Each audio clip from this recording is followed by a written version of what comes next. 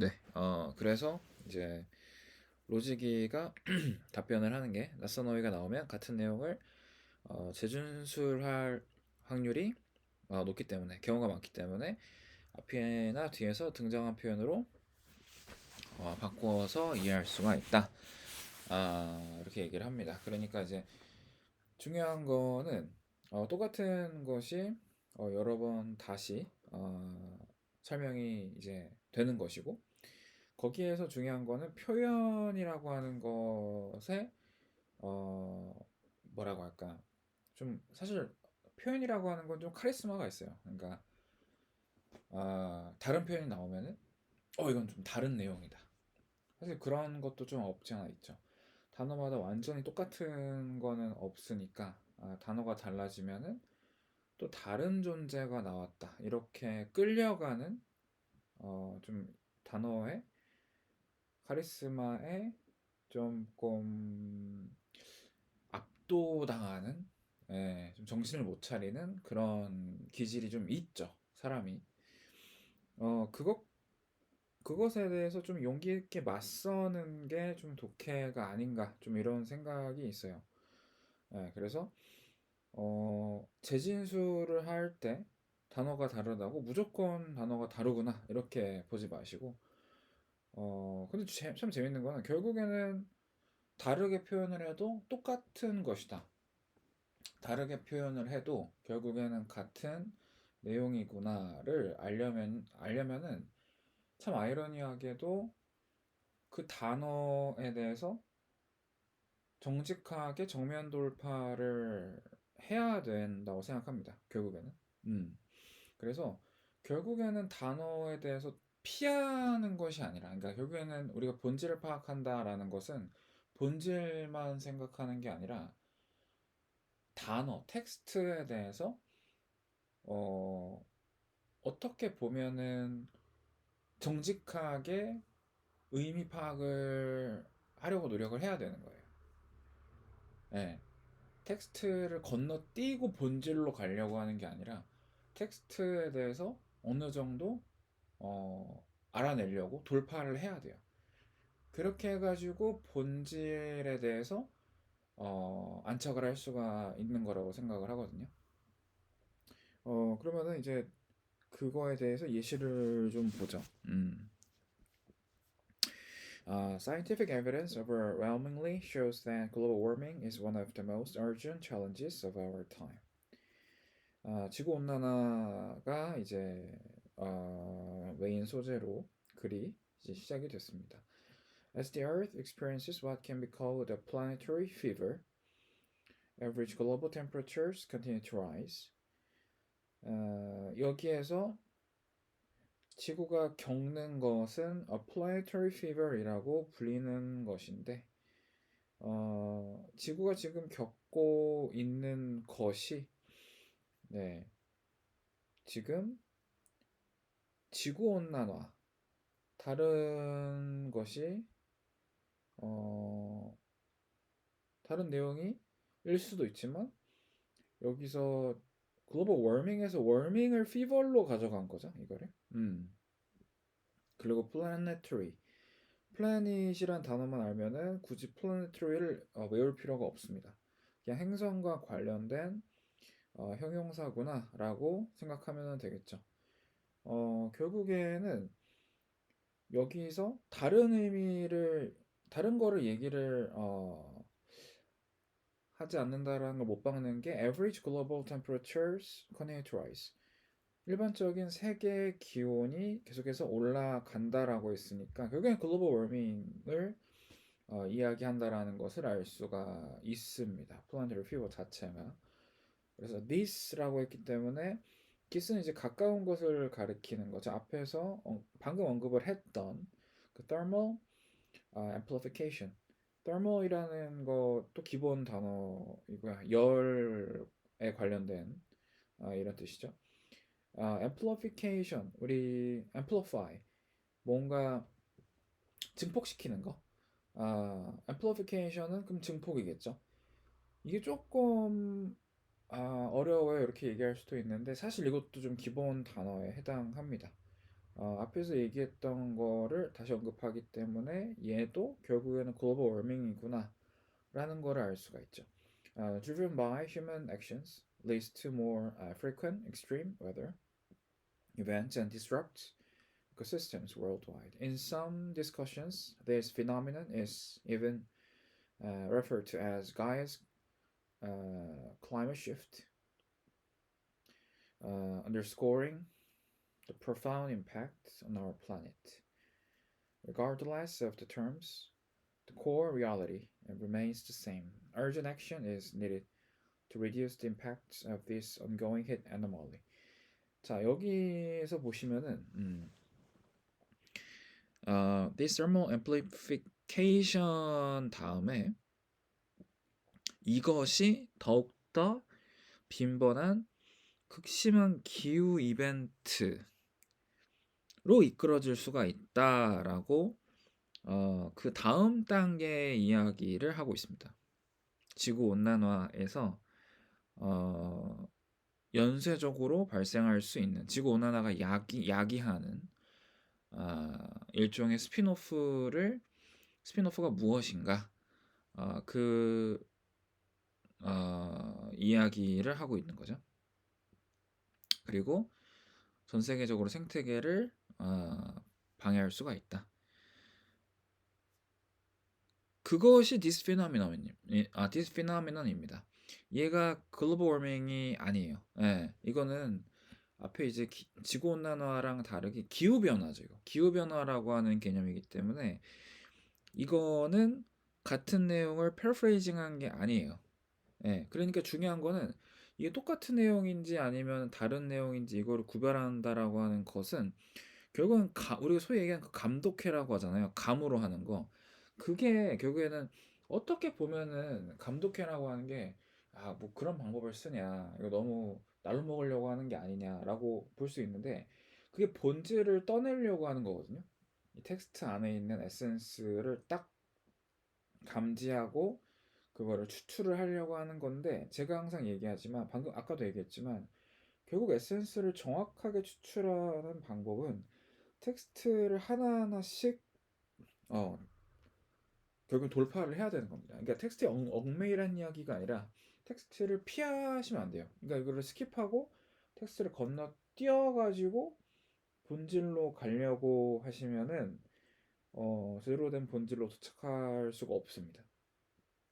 네, 그렇기 때문에 여기서 이 thermal amplification이 leads to 이걸로 이어진다라고 했기 때문에 글로벌 워밍이 아닙니다. 이거. 예.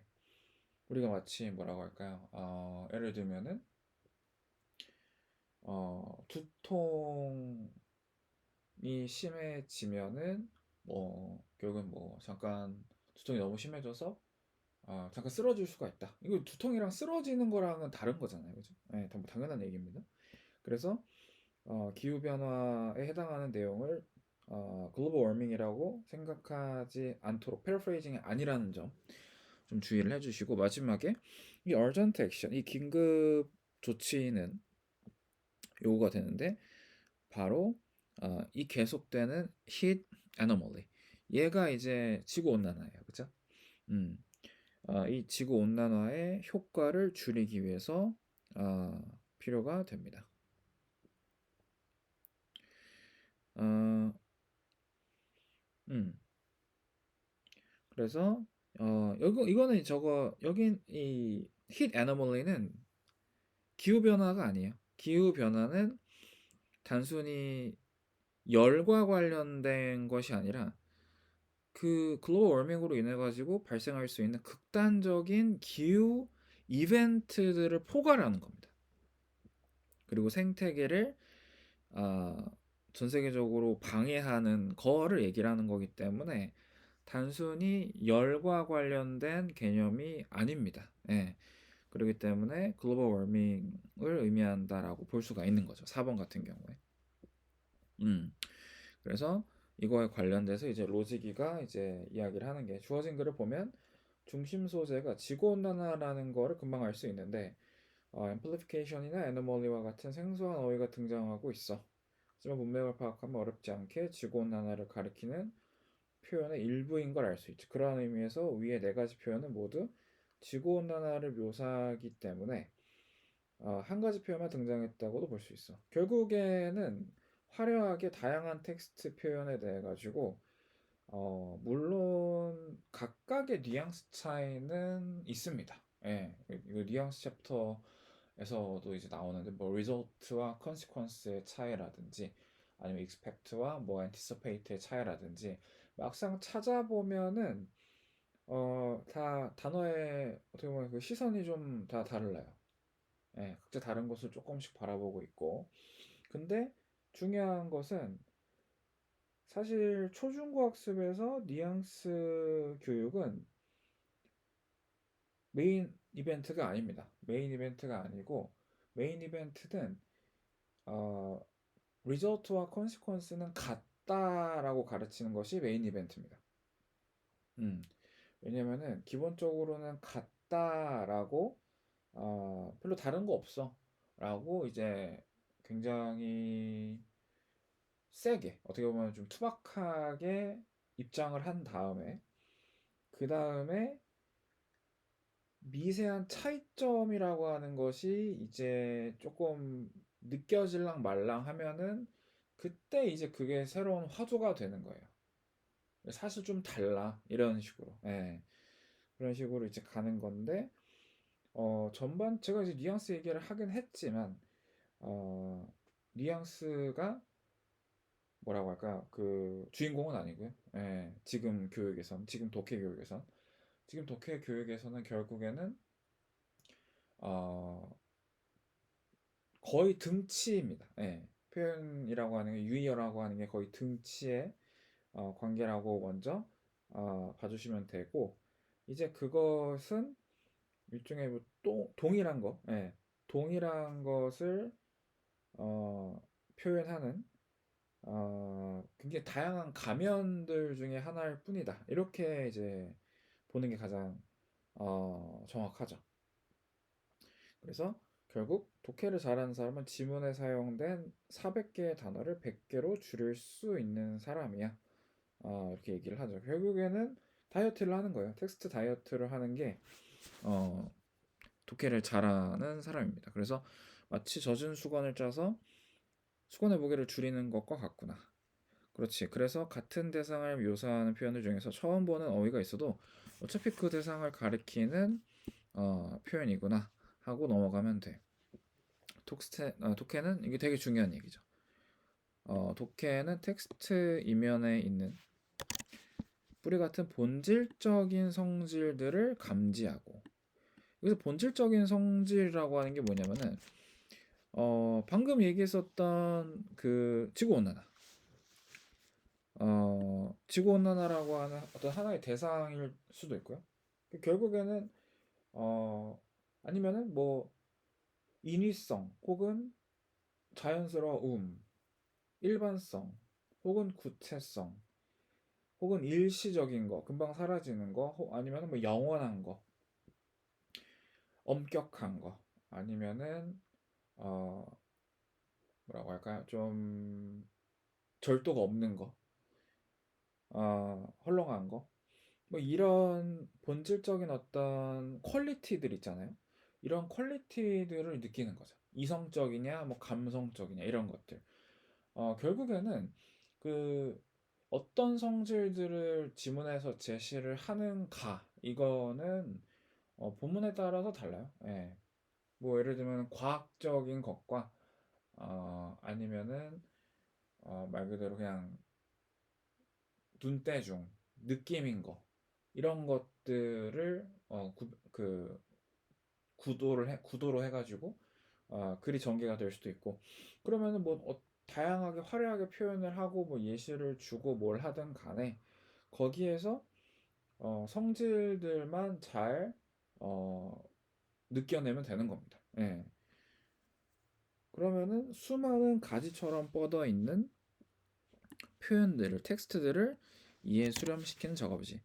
그렇죠. 결국에는 예전에 이제 또 1대1 그 독해 수업을 했었을 때 어, 이 작업을 같이 했었거든요. 그 친구가. 예. 그때 그 친구가 굉장히 나름 감명을 받았는지, 저는 이렇게 생각해 본 적이 없는 것 같아요 라고 했던 게, 그, 우리 플레이리스트에 그 리스트라는 단어 있죠? 목록. 목록이라는 단어가 그 지문에서는 이성의 문맥으로 제시가 됐었던 거였거든요. 그게 카리스마와 관련된 지문인데, 이 카리스마라고 하는 것은 주관적인 것이냐, 아니면은 이성적으로 설명할 수 있는 어떤 메커니즘이 존재하는, 마치 자동차가 어떻게 굴러다니는지를 설명해 내는 것과 같은 그러한 대상인가? 뭐 그런 지문이었는데, 카리스마를 내가 어떻게 발휘할 수 있는지, 만약에 리스트에 여러 가지 요소들을 제시를 하고, 그럼 내가 이 요소를 갖췄는가, 체크리스트로서 내가 체크를 했다라면은, 그러면 그 카리스마를 내가 발휘할 수 있는 것인가, 그런 내용이었는데, 여기서 리스트라고 하는 단어는 그렇다면은 카리스마는 서브젝티브한 게 아니라 오브젝티브한 것이다. 객관적으로 밝혀낼 수 있는 성격의 단어이다. 이 문맥이었거든요. 결국에 그러면은 리스트라는 표현은 오브젝티브라고 하는 성질에 수렴하게 되는 거죠. 예, 그 작업을 하는 겁니다. 그래서 여기서 되게 중요한 표현이 있죠. 진정한 독해란 표현들에 얽매이는 것이 아니라 오히려 표현들로부터 자유로워지는 거다.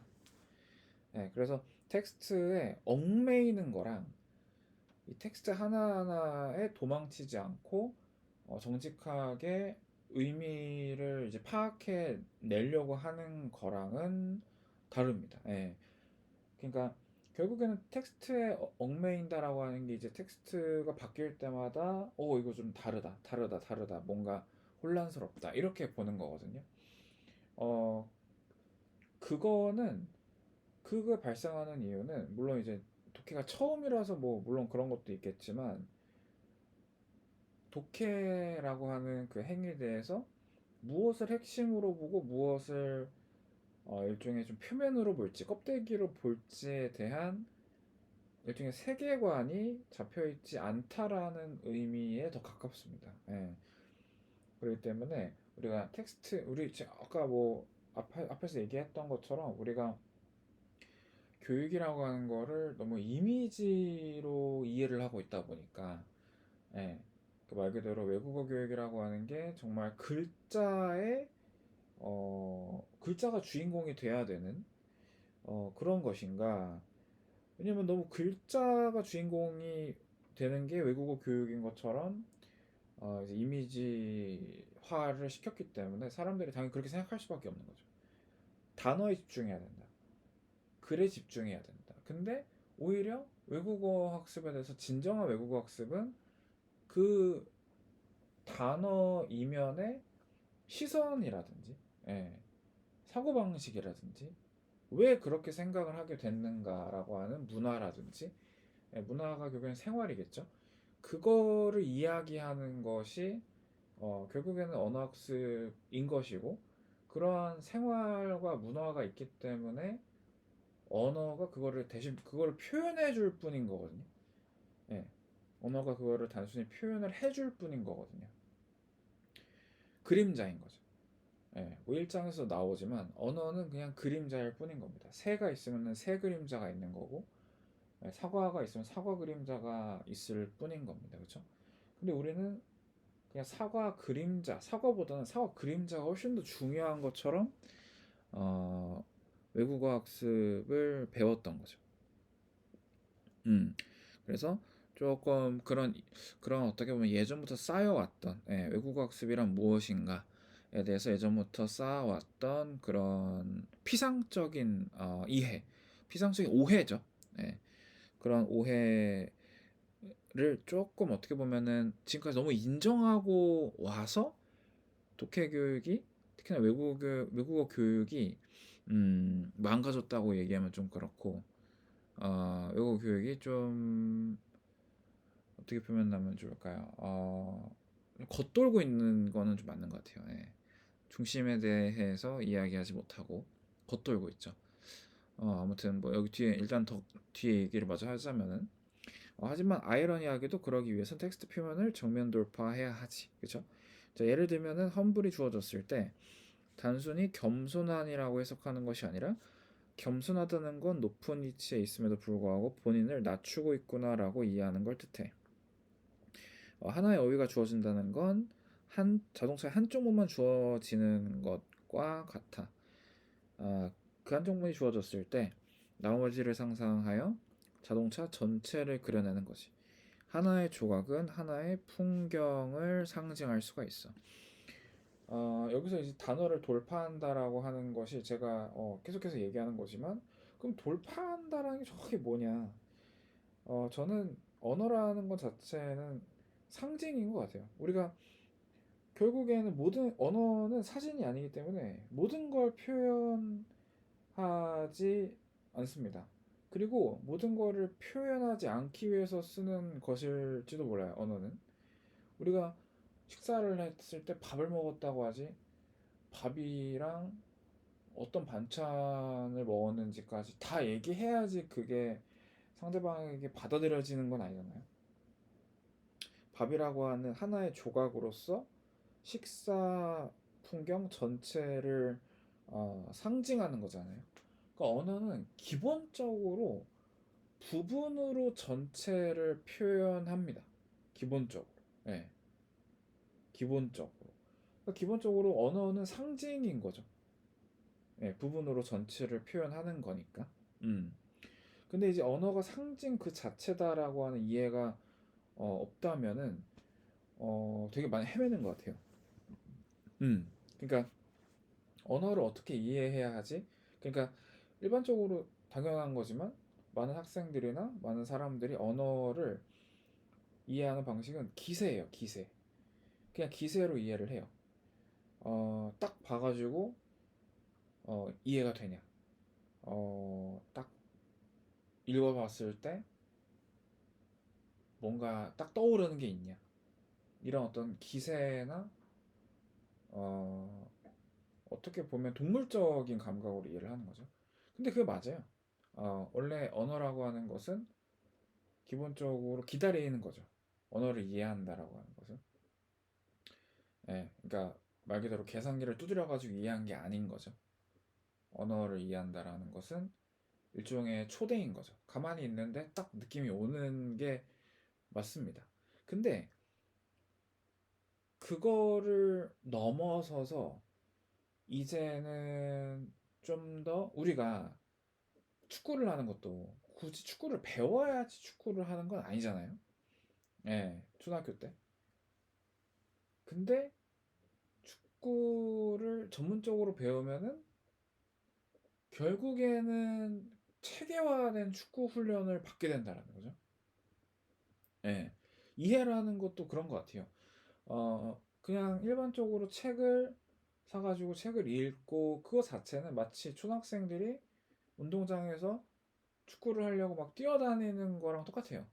축구를 굳이 배워야 하나? 맞습니다. 그거 안 배워도 축구할 수 있는 거죠. 근데 그거 그것이 말 그대로 초등학교 수준의 축구라면은 일반인 수준의 축구라면은 그렇게 해도 별 상관이 없어요. 그리고 근데 중요한 건 뭐냐면은 일반인 수준 이런 걸 떠나가지고 그 일반인 수준이 좀 어려운 친구들, 그러니까 축구를 못하는 친구들은 단순히 축구를 많이 해본다고 해가지고 해결이 될 수도 있는 거지만 사실 그렇다기보다는 축구를 배워야지 잘할 가능성이 높습니다.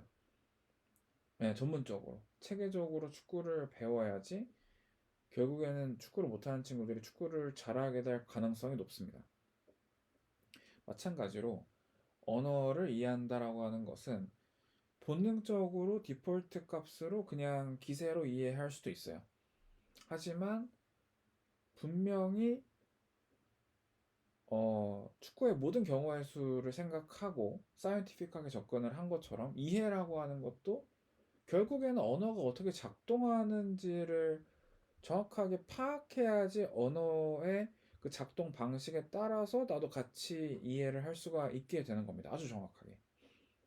네, 그렇기 때문에 험블이라고 하는 것은 단순히 아닙니다. 제가 부족합니다. 라고 얘기하는 단편적인 모습을 보는 게 아니라 결국에는 그 사람의 실력이 뛰어나다라는 것까지 알아야 되는 거예요. 뛰어나면은 잘난 척을 하기 쉬운데 그걸 안 한다라고 생각을 하는 게 어떻게 보면 전체 모습인 거죠. 전체 상인 거죠. 예. 전체 상인 거죠. 전체 풍경인 거죠. 예. 그렇기 때문에 여기서 이제 이야기하고자 하는 것은 텍스트를 돌파한다라고 하는 것은 언어는 기본적으로 상징이다. 예, 부분을 통해서 전체를 보여주는 그런 성질을 가지고 있고 그만큼 뭐라고 할까요? 음, 단어를 단편적으로 해석해가지고 이해한다라고 하는 것은 어, 조금 되돌아볼 필요가 있는 것 같아요. 그렇게 이해를 한다라고 하는 것은 그래서 몽몽이가 F를 그저 사과라고 이해한다면 단편적으로 이제 해석을 한 거죠. 그 사과를 둘러싼 세계를 보기 어렵다는 거구나.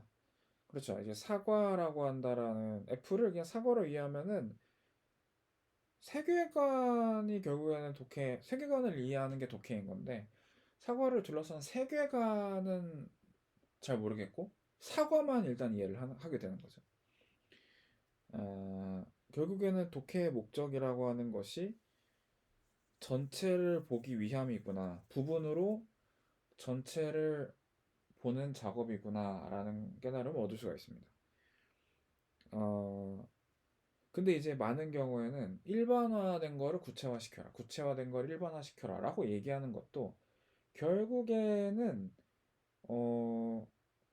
어떻게 보면은 부분과 전체라고 하는 세트를 다 완성을 해라라는 얘기입니다. 그 사과를 둘러싼 세계라고 하면은 결국에는 사과가 없으면은 세 개만 있게 되는 거고요. 세 개가 없으면은 사과만 있게 되는 거예요, 결국에는. 예, 그렇기 때문에 둘 중에 뭐 하나만 있으면 된다 이런 게 아니라 내가 있으면 세계 속에 나라고 하는 것이 결국엔 내가 어떤 사람인가 이거를 이해할 수 있는 거랑 똑같다라는 것이죠. 그리고 세계라고 하는 것도 나라는 존재가 없으면 세계가 솔직히 무슨 의미가 있습니까? 예. 그러니까 결국에는 메타인지를 하자라고 하는 거. 메타인지를 하자라고 하는 게 결국엔 독해인 거죠. 예. 어쩌면 독해가 안 된다라고 하는 거는 메타인지가 안 된다라는 말과 어, 상당한 연관성이 있을 것 같아요. 예. 자, 그래서 이제 로지가 얘기하는데 단어마다 고유한 빛깔을 느껴보는 것은 분명히 의미가 있어. 하지만 그보다 더 중요한 것은 글 안의 어휘가 어떤 역할을 하는지 파악하는 거야. 그렇죠. 어떤 역할을 파악하는지는 전체를 봐야지, 전체를 볼 수 있어야지 파악을 할 수가 있는 거죠. 이 부분이라고 하는 건 전체로 이해하는 것이다. 그런 뜻이 되겠죠. 그래서 사과는 건강에 좋고 맛있는 과일일 뿐만 아니라 중력을 상징하기도 하고 혁신의 아이콘이며 또 금단의 열매로서 유혹을 의미하기도 하지. 이러한 사고의 다양한 성격들 중 작가가 무엇을 의도하는지 공감하는 것이 독해의 핵심이야. 이게 중요한 내용이죠. 결국에는 그 사과라고 하는 것은 사과 자체가 사과를 결정하는 것이 아니다라는 거죠. 세계가 사과가 여기서 어떤 의미를 가지는지를 결정하게 되는 것이다. 어, 그렇다는 것은 우리가 소위 얘기하는 그 지식이라고 하는 것은 사과는 이거고 오렌지는 이거고 뭐 멜론은 이거고 이렇게 주변을 파악하지 않아도 가능한 거 그러니까 말 그대로 그거 자체로 그냥 성립이 되는 거를 지식이라고 이제 소위 얘기를 하잖아요.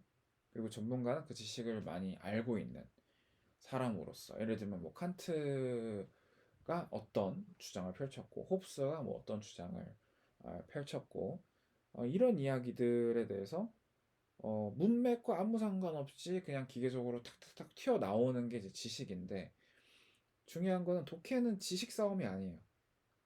칸트가 어떤 사람이야 해가지고 쭈르륵 얘기하는 사람보다 칸트가 이 상황에서 어떤 의미냐 이거를 파악하는 게 독해인 거죠. 예. 그래서 어, 우리는 영어 전공자가 아니기 때문에 모든 어휘를 완벽하게 이해할 필요는 없어. 심지어 전공자도 그럴 필요가 없지. 모든 것을 아는 사람은 아무것도 모르는 사람이에요. 그러니까 여기서는 모든 것을 안다라고 하는 거는 말 그대로 그냥 기계적인 어떤 지식으로서 알고 있는 거. 주변 상황을 보고 그 주변 상황으로 무언가가 결정되는 메커니즘을 무시하는 사람을 얘기를 하는 거예요. 음. 사과는 무조건 이거다. 이렇게 딱 공식처럼 생각해 놓는 사고방식을 얘기를 하는 거죠. 그 어려운 용어가 나오면 어떻게 하니? 학문적인 용어를 제시하는 경우 쉬운 말로 부연 설명을 해주기 때문에 기본 어휘만 알고 있으면 돼. 그리고 기계적인 지식을 내용이 포함되는 경우 기계적인 지식이 용어적 설명이나 이런 것이 지식적인 것이 등장하더라도 어차피 그런 건 다 알려줍니다. 예, 독해에서. 그래서 기본 어휘의 범위는 다소 모호하지만 예를 들어 세듀의 어휘끝 같은 교재의 내용을 숙지하는 것만으로도 충분히 해결했다고 볼 수가 있어. 예. 우리가 중요한 건 우리가 결국에는 준비를 해야 될 지식이 있다라면 그거는 언어 지식이 필요하다라는 거죠. 그리고 본인의 우리의 상식, 상상력 이런 것들이 이제 기본 준비물이라고 볼 수 있는 거죠. 근데 중요한 거는 이 언어 지식이라고 하는 것도 꼭 100% 지식적 의미만 있는 거는 당연히 아니라는 거죠. 그렇죠?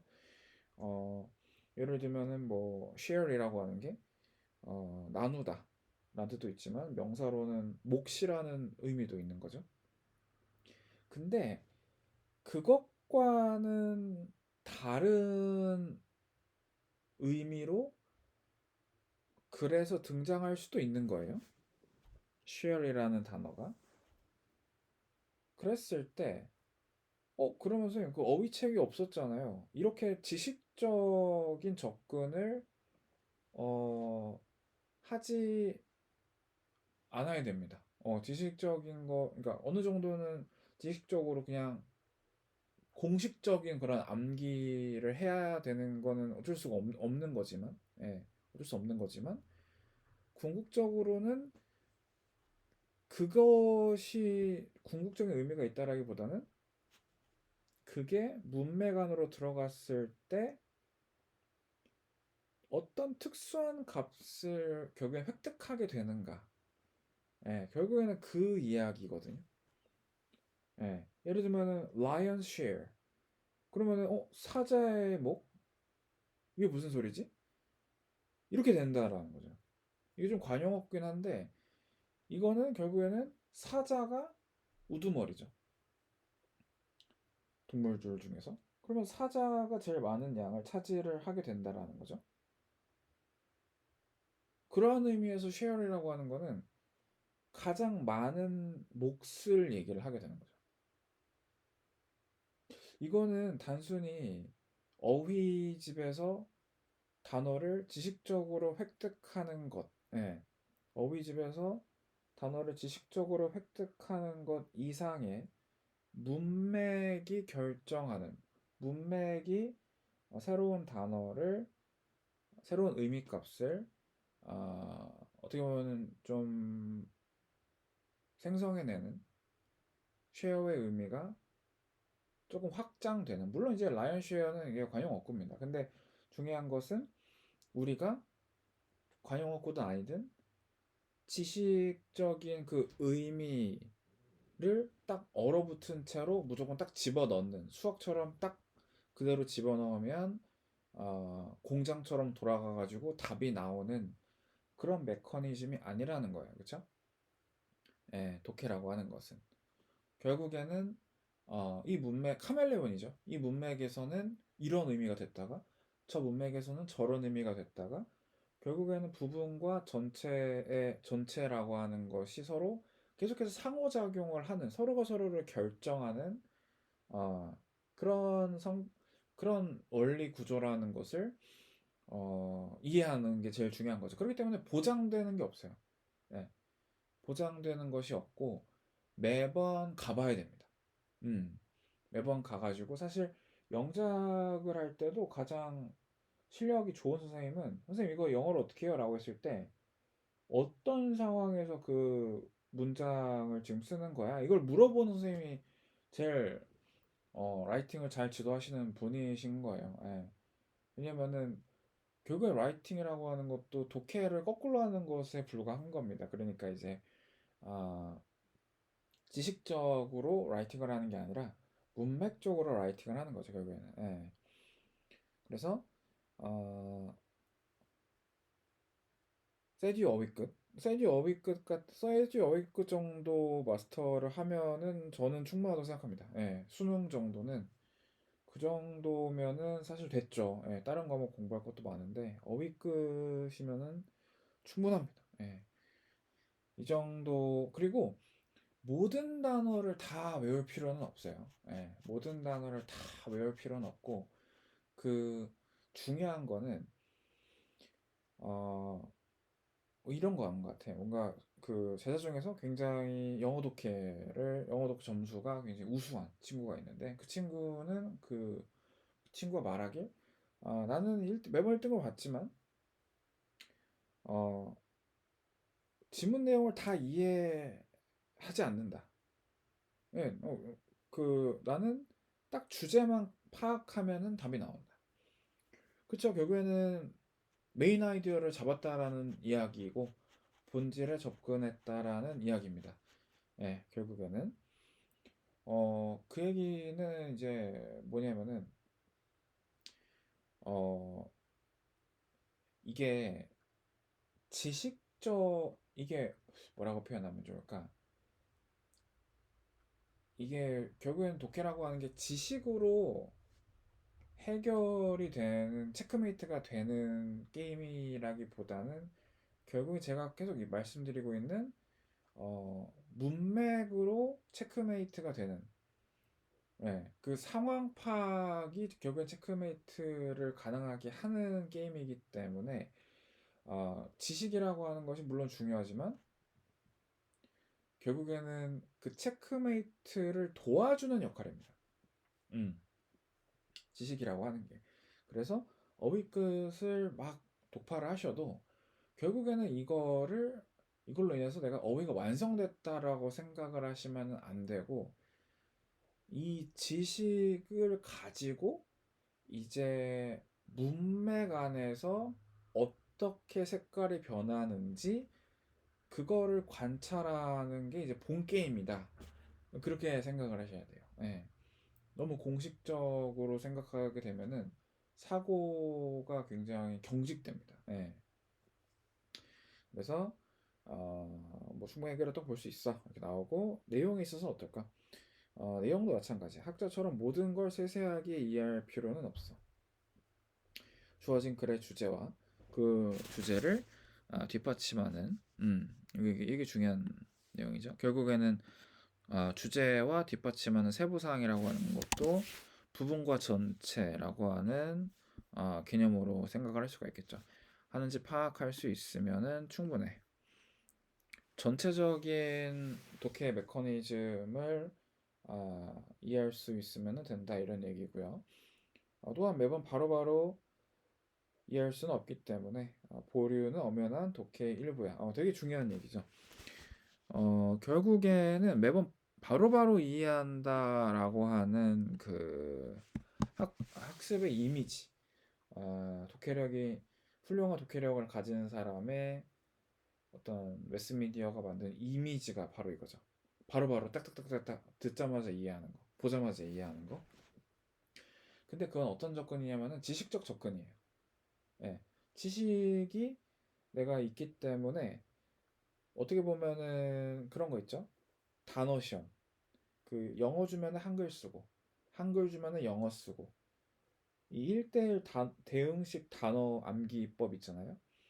독해를 그거라고 생각하는 거예요.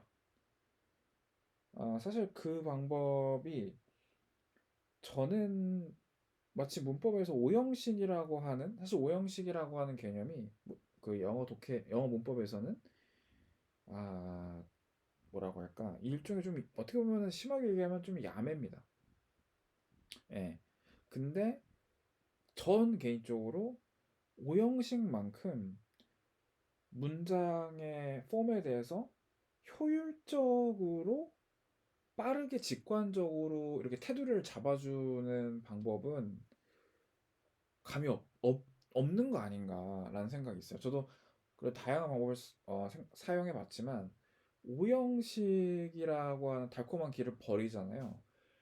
그럼 엄청 돌아가야 됩니다. 예. 그게 어떻게 보면은 파브로처럼 하나하나씩 직접 경험해보는, 어떻게 보면 진정한 과정일지도 모르겠는데, 어, 저희는 이제 학문을 하는 게 아니라 교과목을 배우는 거잖아요. 예. 그렇기 때문에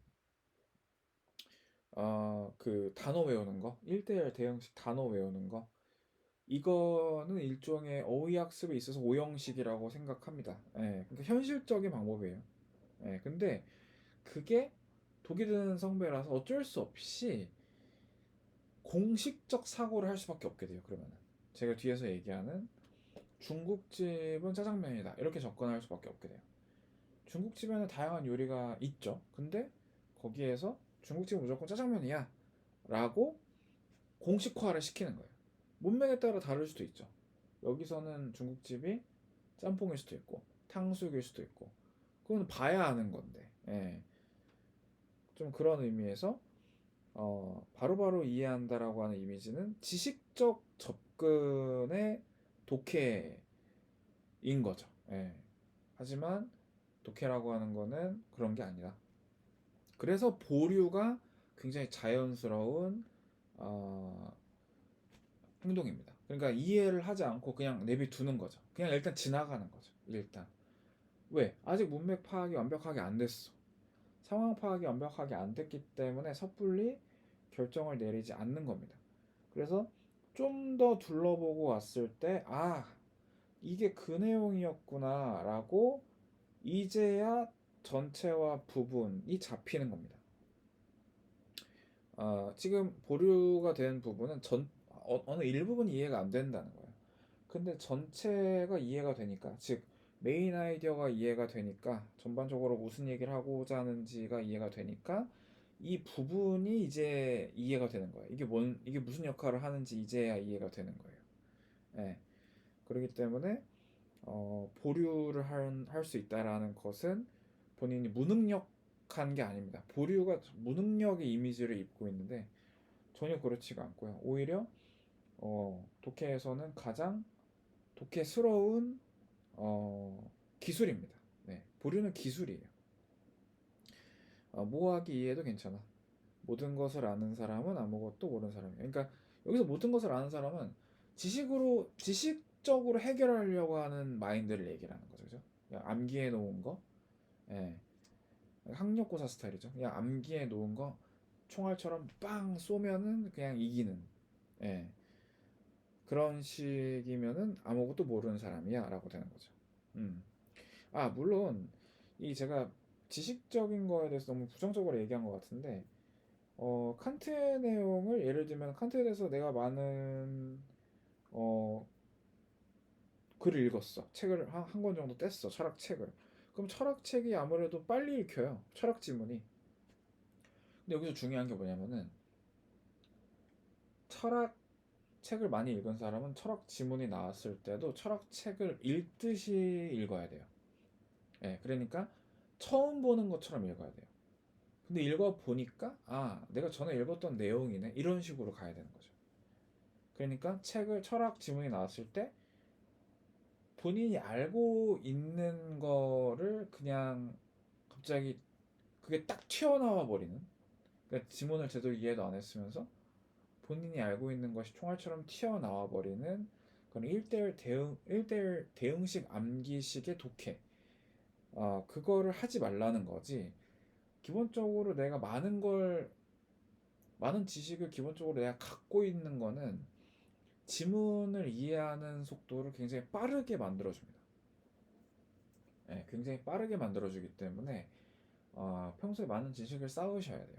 근데 제가 얘기하는 그 지식은 지식적 접근을 하지 말라는 거죠. 예. 그래서 멍멍이가 이야기를 듣고 보니 독해는 참 묘한 것 같아. 텍스트 표면 혹은 그 안의 본질, 둘 중 어느 한쪽으로 완전히 치우쳐 버리면 균형을 잃어버리는 시소와 같구나. 그렇죠. 텍스트에만 100% 집중을 한다라는 것은 본질을 잃어버리는 껍데기밖에 없는 독해가 되는 것이고, 그리고 무조건 본질만 파악한다. 그러니까 말 그대로 감독해죠. 그냥 딱 느낌 오는 거, 딱 간파를 하려고 하는 거, 그 시도. 그 시도는 좋지만 텍스트라고 하는 성실한 과정, 성실함이 증명해내는 어휘 지식과 구문 지식을 그냥 날로 먹겠다 이런 거죠. 그거를 그냥 통째로 스킵을 하고 바로 본질로 가겠다. 이것도 결국에는 페일에 가까워집니다.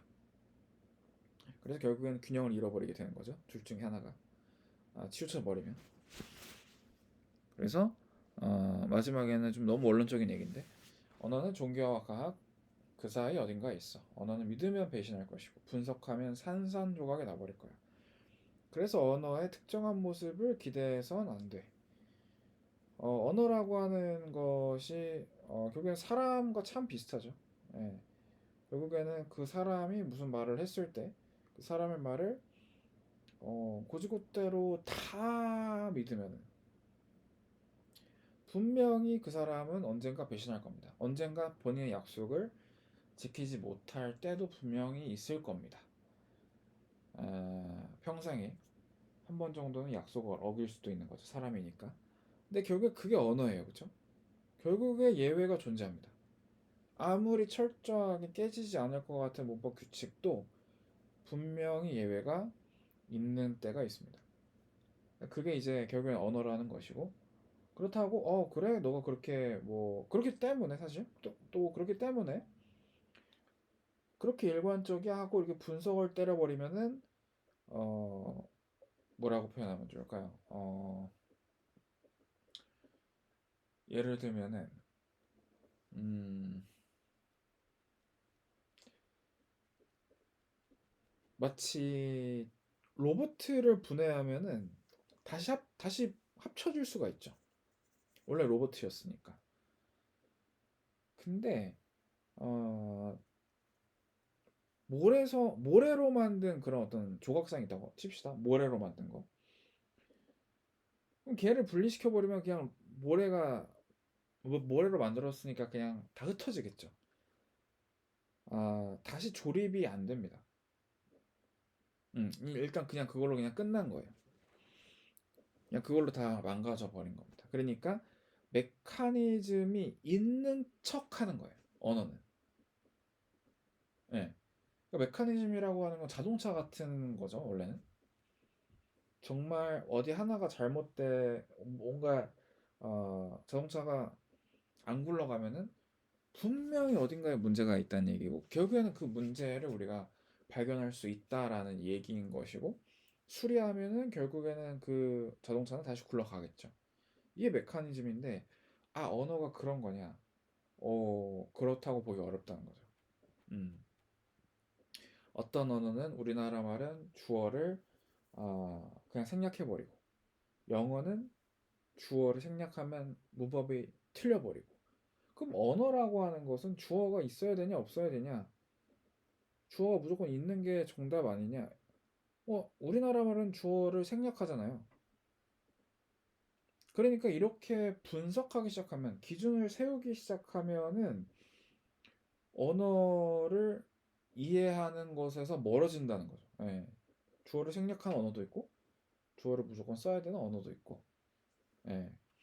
그래서 분석은 언어의 본질을 알려준다라기보다는, 물론 어느 정도 알려주긴 하지만, 계속해서 분석하다 보면 결국에는 언어에 가까워지는 듯 하다가 다시 멀어지게 됩니다. 예, 그 이야기를 하는 거고요. 그래서 언어에게 특정한 모습을 기대해서는 안 돼. 어, 아주 큰 개를, 그러니까 메커니즘이 제대로 서 있는 그런 존재라고 보면 안 된다는 얘기고요. 아주 큰 개를 여전히 퍼피라고 부르며 산책시키는 사람은 그 큰 개가 여전히 어린 강아지처럼 느껴지는 거야. 반대로 지나가는 그 개를 처음 보는 사람들은 그냥 도그라고 부르겠지. 그러니까 원래는 도그라고 부르는 게 맞는 건데 이 사람한테는 여전히 그냥 애기인 거죠. 그래서 퍼피라고 부른다. 그러니까 어, 언어보다 마음이 더 중요해질 때가 있어요. 나는 그냥 퍼피라고 부르고 싶어. 반대로 일반적으로 야 이거 지금 성견이니까 도그라고 불러야지. 그게 이제 언어인 거죠. 그러니까 도그라는 말이 있겠죠. 그러면은 그렇게 부르고 싶어도 도그라고 해. 이게 이제 언어가 마음을 끌어당기는 거죠. 언어가. 음. 그래서 예를 들면은 손자 손녀 보고 이제 뭐 할머니 할아버지가 우리 강아지 왔어 이렇게 얘기를 하잖아요. 당연히 강아지가 아니죠. 근데 강아지라고 부르고 싶은 거죠. 그만큼 귀엽다라는 거죠. 마음이 언어를 끌어당길 수도 있고. 근데 손녀 손자라고 뭐 당연히 할 수도 있는 거죠. 그러니까 언어가 마음을 끌어당길 수도 있고. 근데 정답은 없다는 거예요. 하지만 마음과 언어 사이의 줄다리기엔 정답은 없지. 어떤 결과가 나오든 있는 그대로 받아들이는 게 정답이에요. 어, 이거는 결국에는 우리가 독해를 한다라는 거는 텍스트 자체를 이해하는 것에 멈춰지는 것도 아니고 마음 자체만을 이해하는 것에 멈춰지는 것도 아니고 결국에는 마음과 언어 사이의 관계를 어, 이해해내는 게 언어와 마음 사이의 관계를 이해해내는 게 결국에는 그게 글을 이해한 것이다 그런 얘기죠. 음. 결국에는 이제 왜 손자 손녀를 강아지라고 불러요? 얘가 동물이에요? 이렇게 이야기하면 독해를 못한 것이고, 그렇죠? 예. 결국엔 이 상황에서는 아, 귀엽다는 뜻이구나. 그냥 이렇게 이번에는 마음이 언어를 끌어당겼구나. 그렇게 이해하는 게 결국에는 총체적인 이해라는 거죠. 예. 결국엔 그게 독해인 것이고, 예.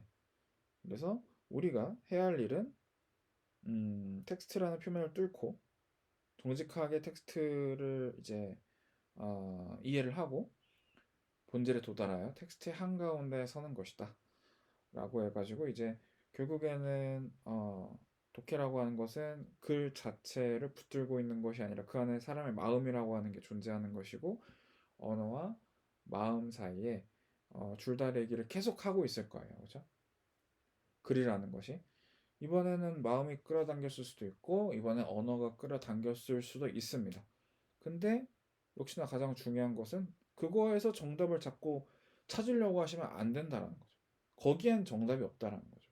그냥 이번엔 마음이 이겼고 이번엔 언어가 이겼고 이거 자체를 받아들인다라는 게 정답이라는 거죠. 그거를 받아들인다라고 하는 것은 제가 아까 말씀드렸다시피 왜 이렇게 함축적으로 표현하는 거야? 야, 이거 왜 이렇게 장황하게 표현하는 거야? 이거 왜 이렇게 비유를 많이 쓴 거야? 이거 왜 이렇게 직설적이야? 이렇게 따지지 말라는 거죠. 줄다리기엔 정답이 없기 때문에. 그냥 직설적이면 직설적인 대로. 예, 비유를 쓰면은 비유를 쓰는 대로 텍스트와 텍스트에 대해서 성실하게 이해를 하고 그 안에 왜 비유를 썼을까라고 하는 마음까지 딱 이해를 한다라고 하는 것이 통째로 전체와 부분을 다 이해를 하게 된 것이죠. 그래서 전체와 부분이라고 하는 개념은 사실은 이게 어떻게 보면은 결국에는 독해라고 하는 게 메인 아이디어와 디테일이라고 하는 구도 그런 전체와 부분이라고 하는 것도 있는 거지만 뭐라고 할까요? 음, 다 텍스트만 볼 거냐? 아니면은 마음도 볼 거냐? 그래서 전체를 다 볼 거냐? 이런 차원에서 부분과 전체라는 것도 존재를 하는 거죠. 그래서 그렇게 두 가지로 좀 봐주시면 좋을 것 같습니다. 네. 그래서 음, 이야기를 하면서 좀 뭐 이런저런 장황하게 이야기를 진짜 너무 많이 했는데 이번 6번 챕터를 통해 가지고 여러분들이 얻어가는 게 있다라면은 어, 천재 같은 바보가 되지 말자. 그러니까 지식적으로 독해를 접근하지 말고 지식은 준비물이다. 준비물인데 결국에는 그 준비물을 가지고 우리가 봐야 될 것은 부분과 전체가 예, 어떻게 호흡을 하는가. 즉, 이 상황과 이 텍스트가 어떻게 서로 상호작용을 하고 있는가. 그래서 어떻게 의미값이 결정이 되는가. 그 자체를 이제 알아내는 게 그러한 이해에 도달하는 것이 독해다. 이렇게 좀 봐주시면은 좋을 것 같아요. 예.